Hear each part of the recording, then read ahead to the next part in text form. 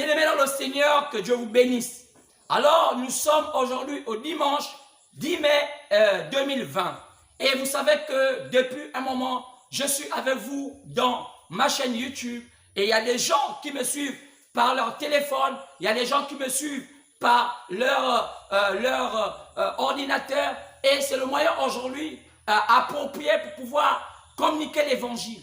Alors, il y a une mission qui a été donnée selon Matthieu 28. Il a dit, le Seigneur Jésus-Christ lui-même a dit, allez partout et faites des nations des disciples.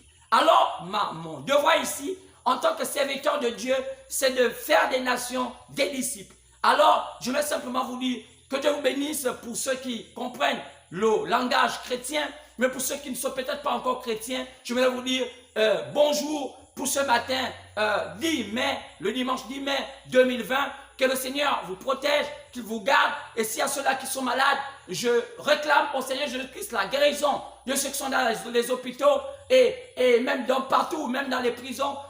Et que la paix soit avec ceux qui sont aussi même dans les prisons. Et même pas ceux qui sont aussi même dans les prisons, même ceux qui sont dans les maisons. Parce qu'il n'y a pas seulement que dans une prison ou bien dans un lit d'hôpital où on ne se sent pas bien. Il peut arriver que nous sommes dans les maisons, nous avons des soucis. Parfois ne fût-ce que pour nous nourrir, parfois ne fût-ce que pour avoir le petit besoin quotidien. Alors cela nous frustre et cela ne nous rend pas bien. Alors je me dis simplement que le Seigneur vous protège et que le Seigneur vous accompagne. Qu'avant que la nuit ne tombe, avant que la journée ne tombe, la nuit ne tombe autant pour moi, et que le Seigneur vous envoie quelqu'un, un ange qui va vous aider à vous épanouir ce dimanche. Je vais dire, vous aider à pouvoir accompagner cette dure journée de dimanche. Et je pense qu'il le fera parce qu'il a dit, il ne laisse jamais le juste mendier son pain parce qu'il soutient le juste. On a vu l'histoire d'un homme appelé Élie lorsqu'il était en cavale, lorsqu'une femme appelée Jézabel le poursuivait pour ôter sa vie. Mais il y a un corbeau qui fut suscité par le très saint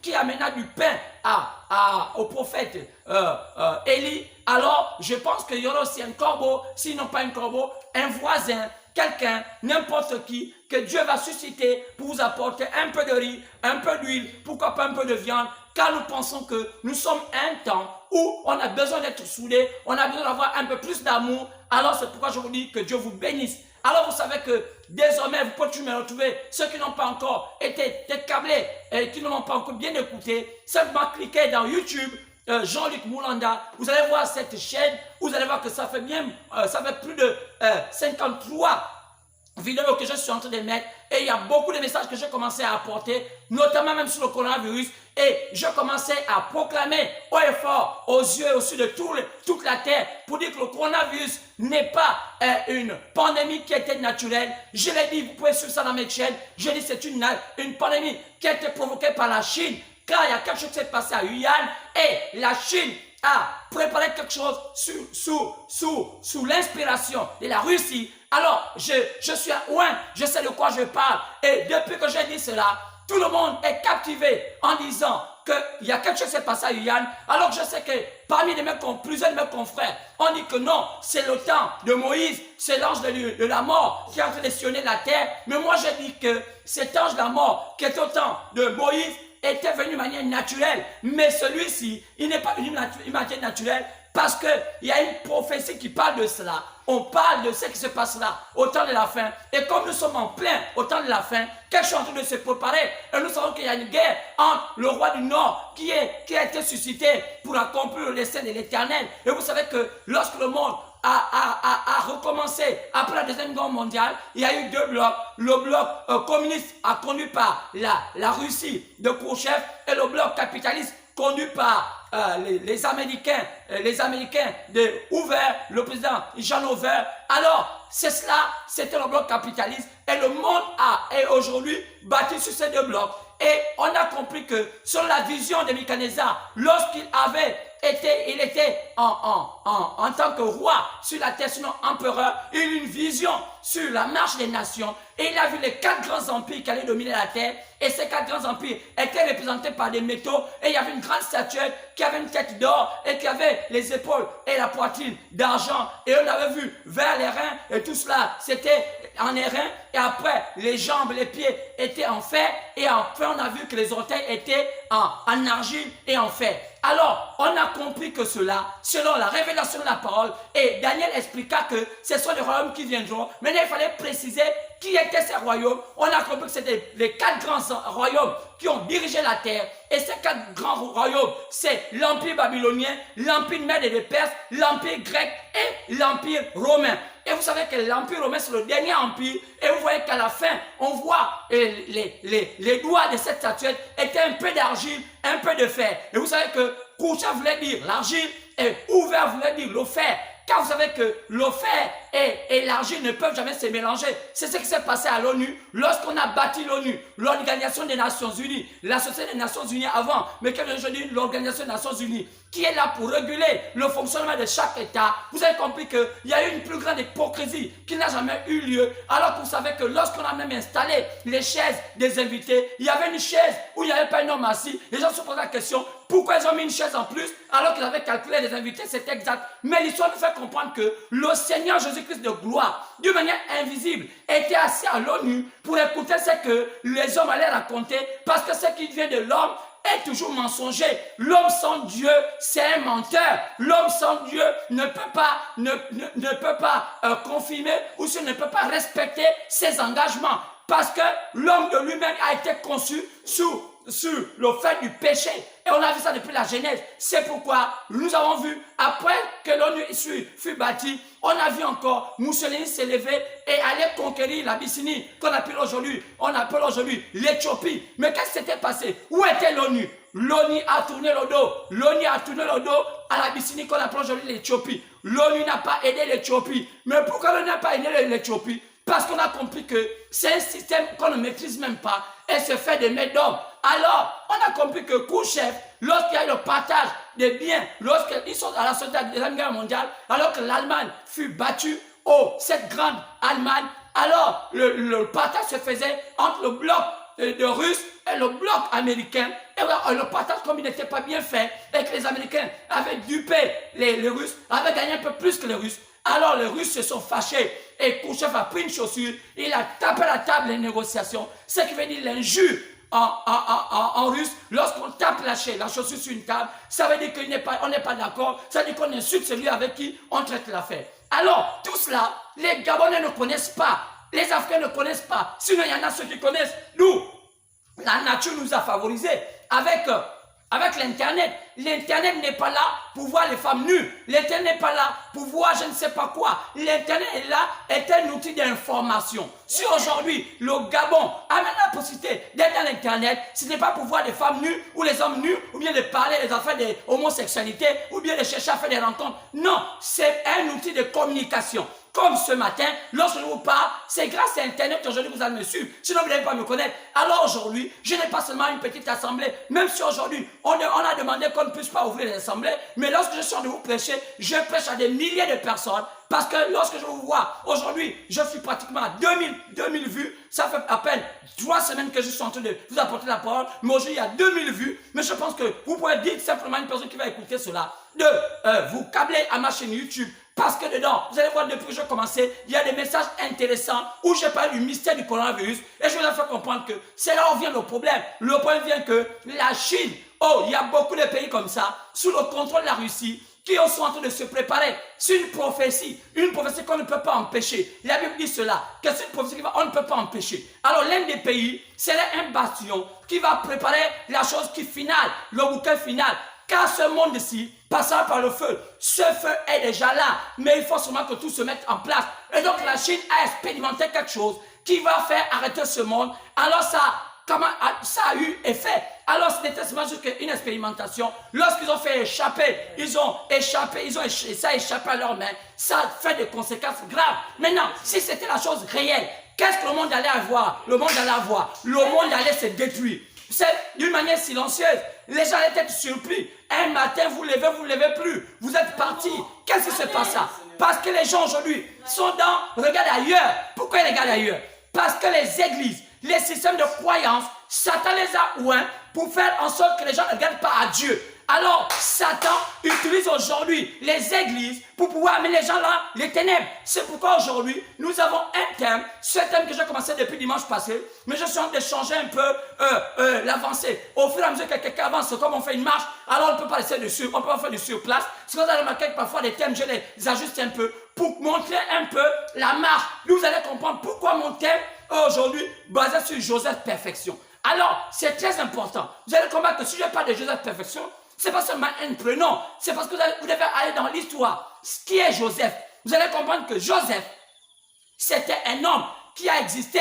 Et cet homme-là a existé parmi le camp d'Israël. Mais qui est Israël? Ce peuple d'Israël est parti d'Abraham. Et Abraham a mis au monde un fils appelé Isaac. Isaac a mis au monde un fils appelé Jacob. C'est Jacob qu'on appela, qu'on a donné le nom d'Israël. Parce que le nom Jacob, c'est un nom qui était appelé trompeur. Il y a des noms qu'on vous donne souvent, vous ne savez pas ce que ça fait, vous ne savez pas celui qui le portait, et quelle était l'étymologie du mot, du nom. Il y a des gens aujourd'hui, comme je me l'ai peut-être, si Dieu me le permet, avant que la prédication ne prenne fin, je vais peut-être un peu griffer un peu le Gabon. Vous allez comprendre pourquoi nos pères, ceux qui gèrent notre pays, parfois ils ne sont pas assez spirituels. Pourquoi? Parce que parfois ils rentrent dans des religions où on les donne des noms de baptême qui ne vont pas en phase avec le temps. Et ces noms-là les portent préjudice. Je peux parler comme ça, peut-être notre président Omar Bongo, lorsqu'il quitta Albert et Omar. Pourquoi les gens, les pères du Gabon, acceptaient qu'Omar Bongo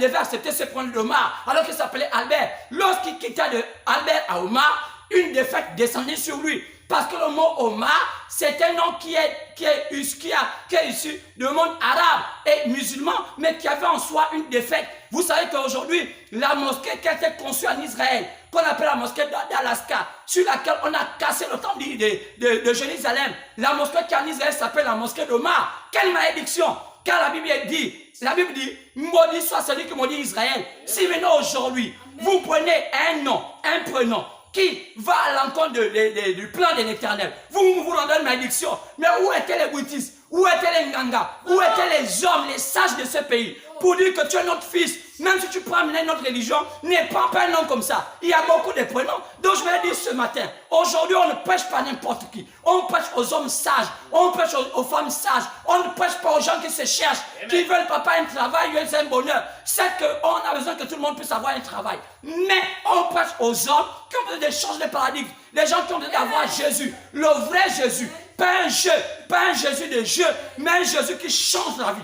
Un Jésus qui t'amène de la défaite à la victoire. Un Jésus. C'est pourquoi, remarquez bien, c'est pourquoi quand je retourne à cela, je vous ai parlé de Joseph. Donc, c'était le nom. Donc, je disais que son père s'appelait Jacob, changea le nom. Il s'appelait désormais Israël. Parce que le nom Jacob voulait dire un trompeur, un malfaiteur. C'est pour remarquer que tout le long de sa vie, Jacob aimait tromper les gens. Il trompa son grand frère, il trompa même son beau-père. Donc, c'est le nom, l'influence du nom qu'il habitait, qui l'amena avec ce qu'il était. C'est pourquoi, remarquez bien, c'est ce qui amena après Jacob mis au monde et on appelait Joseph. Mais, quand on regarde bien, Israël a-tu marché comment? Israël a-tu marché avec des patriarches? Les patriarches, c'est qui? Les patriarches, ce sont les gardiens du temple, les gardiens des reliques, les gardiens, je veux dire, du fondement d'un peuple.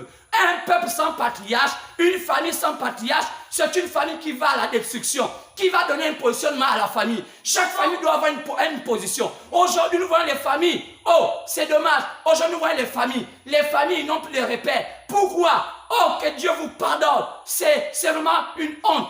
Je m'avais dit que s'il peut ne pas avoir des hommes, même s'il y a des femmes, il est prévu avoir des mariages. C'est vrai. Ça, dans ce domaine, je n'ai pas accepté.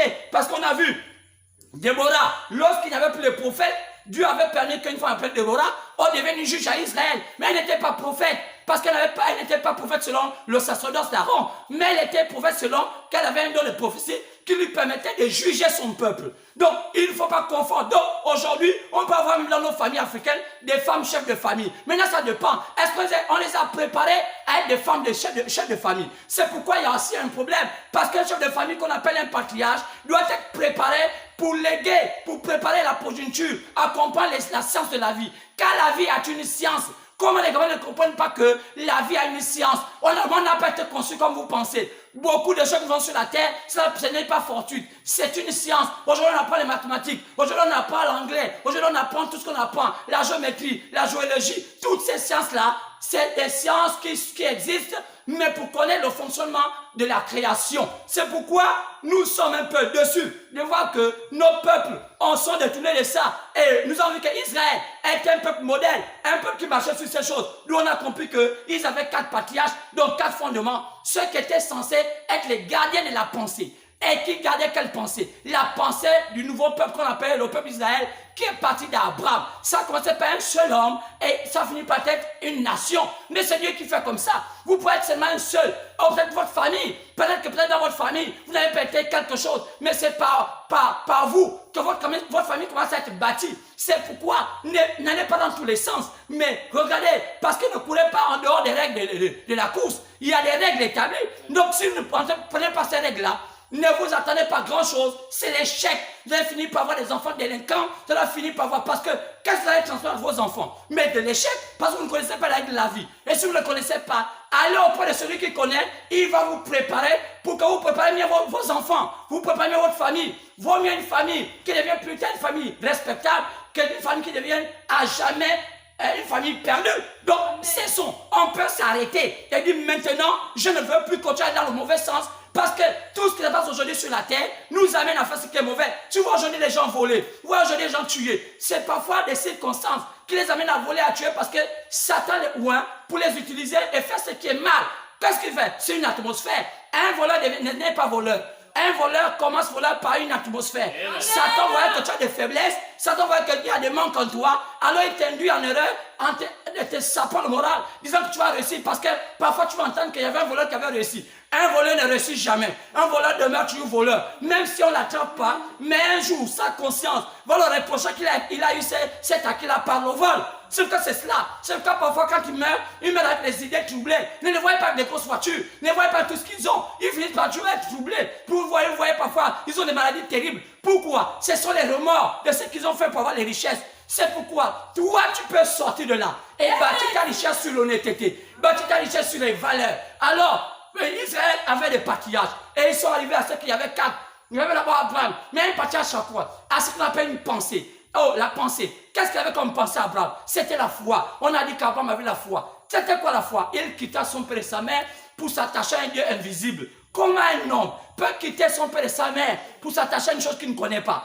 Quelle chose? C'est la foi. Mais ce n'est pas comme vous pensez aujourd'hui. La foi, ce n'est pas comme les gens disent. Il faut oser. Non, non, non. On n'ose pas avec la foi. Tous ceux qui ont osé vont finir par échequer. On ne risque pas avec la foi. La foi, c'est quelque chose de réel. Il faut que ce Dieu puissant vous rencontre. S'ils n'ont pas encore rencontré, ce matin, je crois qu'il est en train de vous rencontrer. Il vous parle au travers de ma personne. Maintenant, il touche votre cœur. Oh, maintenant, tu vas dire, comme ces hommes qui ont souvent dit dans la Bible. Oh, mon frère, que ferons-nous?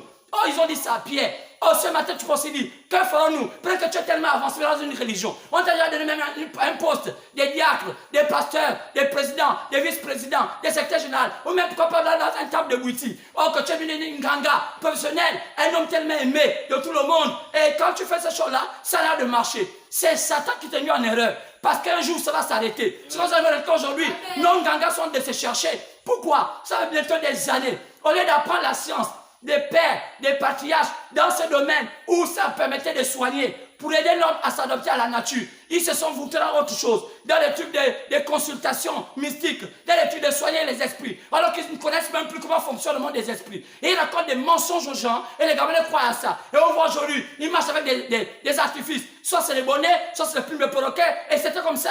À un moment dans le Gabon, c'était à la mode, et c'était comme ça. Même avec l'effet d'un vin rouge, avec l'effet d'un whisky, les Nganga consultaient même dans les bars. Oh, c'était tellement ce temps des Nganga. Les Gabonais avaient marre du Ngangaïsme. C'était tellement bizarre. Et ça s'est dansé de partout. Le Gabon était assiégé des temples de Ngosé, de Lombo, de toutes ces choses-là. Mais Dieu n'était plus là. Dieu voulait demander au Gabon de changer de dispensation. C'est pourquoi dans les années 85, 84, 85, 83, 84, oh, ça s'est passé, quelque chose s'est passé au Gabon.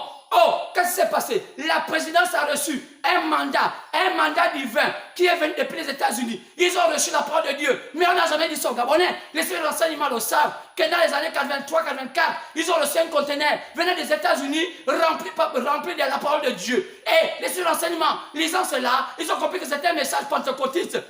un message protestant. Et ils ont pris cela, ils sont allés donner ça aux 9 étages. L'église qu'on appelle l'église de 9 étages. Oh, vous savez ce que dans les 9 étages? 9 étages, ce n'est pas un quartier. Le quartier qu'on appelle 9 étages est appelé Montagne Sainte. Que les gens me contredisent car c'est la vérité. Oui, on appelle ça Montagne Sainte. C'est pourquoi les hommes de lumière ont placé la présidence dans cette zone. Parce que quoi? C'était une montagne sainte. Oh, ils avaient donné le nom de cet endroit, Montagne Sainte. Pourquoi? Là où l'opposant est censé présider, là où l'opposant est censé diriger, doit être saint. Parce que, oh, on dit toute autorité vient de Dieu. Vous savez, c'est terrible. Mais les gens ne comprennent pas cela. C'est parce que là où tous les égrégores du Gabon étaient assis. Et c'est pourquoi les gens n'ont jamais compris ces choses. Donc c'est là que la présidence envoya ces brochures en pensant que les prêtres de Montagne Sainte, je veux dire de 9 étages, les protestants allaient s'approprier cela. Lorsqu'ils ont lu cela, comme ça allait à l'encontre de leurs idéologies, ils ont dit que non, sinon si on lit ça au peuple, le peuple quittera l'église. C'est tout comme ça. Les hommes des églises veulent toujours cacher aux gens la vérité parce que leur travail c'est d'embrigader les peuples. Aujourd'hui, Satan va travailler plus avec les églises que les Nganga. Parce que les Nganga aujourd'hui sont perdus. Il y a que les Nganga là, lorsqu'ils parlent de produits qu'ils vont maintenant eux aussi faire, ils veulent imiter maintenant ce pays, la Madagascar, qui ont aussi fabriqué leurs médicaments fétiches. Et pourtant, quand on voit la Madagascar, c'est l'un des pays les plus misérables. Les gens souffrent, les gens sont tellement bizarres. Pourquoi les pays-là n'ont pas trouvé une solution pour amener les Malgaches à être des gens modernes, mais ils ont maintenant trouvé une bouteille, je ne sais pas comment, et lui-même il a fait semblant de boire. On appelle ça une mixture. Il a bu cela. Oh, c'est dommage. Mais allez-y demander à Madagascar, est-ce qu'il n'y a pas de malades? Mais pourquoi pas les Nganga? Pourquoi pas l'opposant lui-même qui a commencé à boire sa mixture? Il ne fabrique pas de médicaments pour soigner tous les malgaches pour qu'ils soient guéris. Mais c'est du banditisme. Vous savez que les gens deviennent bandits. Et les Gabonais ne connaissaient pas cette position. Ils voient la télévision. Le gouvernement gabonais réunit les Nganga pour dire vous aussi fabriquez les médicaments. Écoutez la scène. Les Gabonais ne font que plus que le ridicule. C'est le Niamba qu'on a habitué à manger au Gabon qui vient dire maintenant que c'est le médicament qui va soigner les Gabonais. Oh, mais sur quel cas? On ne devait jamais être malade parce que nous mangeons tout le temps le Niamba. Oh mon Dieu, que Dieu me pardonne, parce que le diable vraiment traiterait les Gabonais.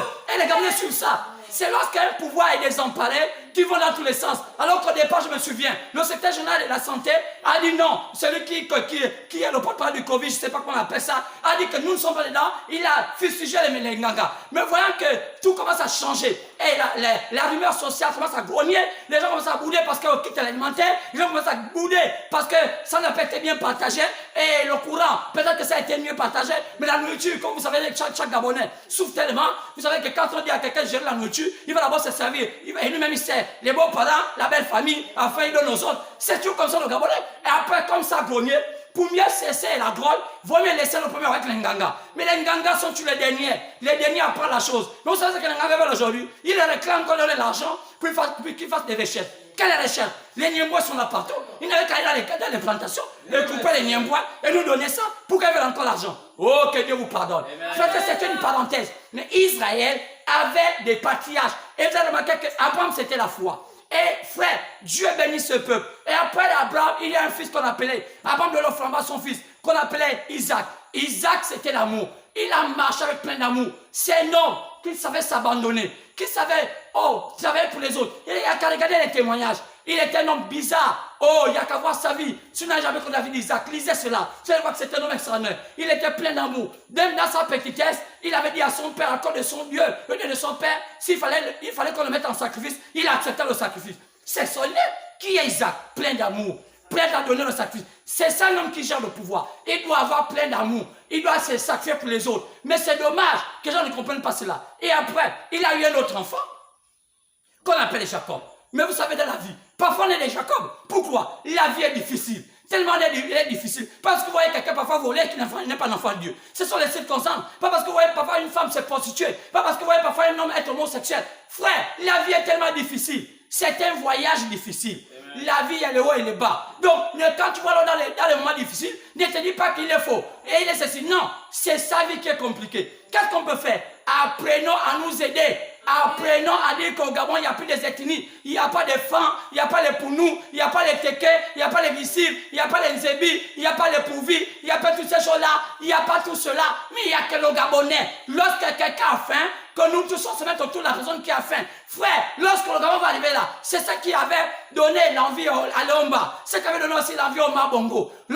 Léomba commença, il avait réuni l'Afrique avec l'ordre, son ordre qu'il avait créé, l'ordre maçonnique qu'on appelle l'ordre équatorial. Après Mabongo créa l'ordre du dialogue. C'était quoi? Il dit sur le multipartisme, il amenait un parti unique. Ce n'était pas une mauvaise pensée, c'était une bonne pensée. Mais c'était la partie qui était mauvaise. Car le PDG était pour un but précis et les gens qui ont manipulé le PDG l'ont conduit dans les ténèbres. Pourquoi? Parce que les tenants et les aboutissants, les gens qui étaient les piliers du PDG n'ont pas su quelle était la vision de Mabongo. Qui était au Mabongo? C'était un Teke, un pygmée. Quand on regarde bien, les Teke, les Obamba, et même je vais dire les Kota sont issus de la royauté de Mokoko, le royaume Mokoko. Mais quand c'est le royaume Bantou, les Bantous n'ont qu'un seul grand royaume, le royaume de Mokoko. Vous voyez le nom qu'on appelle Makoku. Oh bien aimé, quand bien les Gabonais connaissent cela, c'est ce qui avait favorisé aux Blancs, les Européens, les colons, à ramener le pouvoir vers l'Est. Car c'est ça la trajectoire de la lumière. Mais les gens ne connaissent pas ça. Pourquoi Jésus est né à l'Est? Ça a été tout comme ça. Il faut qu'on ait des vrais pasteurs qui persuadent les Gabonais pour que ce pays se lève. S'il n'y a pas cela, on va encore déambuler comme ils avaient déambulé au désert. C'est pourquoi nous sommes à un temps merveilleux. Je suis ici pour vous éclairer. Car il y a des bonnes choses qui vont sortir. Car Joseph Venec, qui était, je vous ai d'abord dit, Jacob, il a marché dans les tromperies, le vol, et c'est cela, et jusqu'à ce que Dieu le changea. Comment condamner un voleur s'il se répand? Chacun de nous a volé un jour. Même si tu as volé un bonbon, tu étais un voleur. Il n'y a pas petit voleur et grand voleur. Voleur, c'est voleur. Ça dépend des esprits. Pourquoi les condamner? Ramenez-les dans le droit chemin.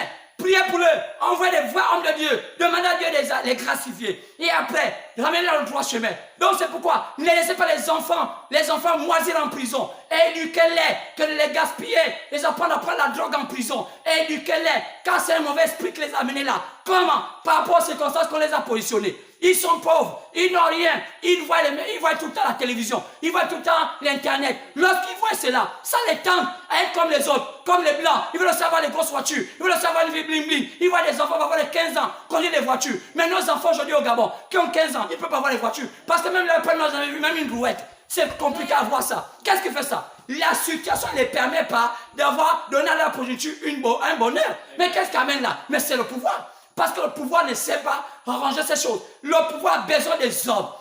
C'est pourquoi les vrais conseils d'un président, les vrais conseils d'un roi, ce sont les hommes de lumière. Je ne veux pas parler des francs-maçons. Je parle des hommes de lumière. Car un homme de lumière n'est pas forcément un franc-maçon. C'est un homme qui détient en lui une capacité de projeter l'avenir et protéger le présent et même connaître même le futur, connaître même le passé. C'est un homme de lumière. C'est les gens comme ça qui gèrent le pays. Ce gens qui accompagnent l'homme qui a le pouvoir. Que Dieu vous pardonne. Ne mettez pas autour du pouvoir des nganga, des marabouts et toutes ces choses-là. Que Dieu vous pardonne. Alors, bien-aimé, qui était Jacob? Jacob devait faire la passation à son fils. Son fils,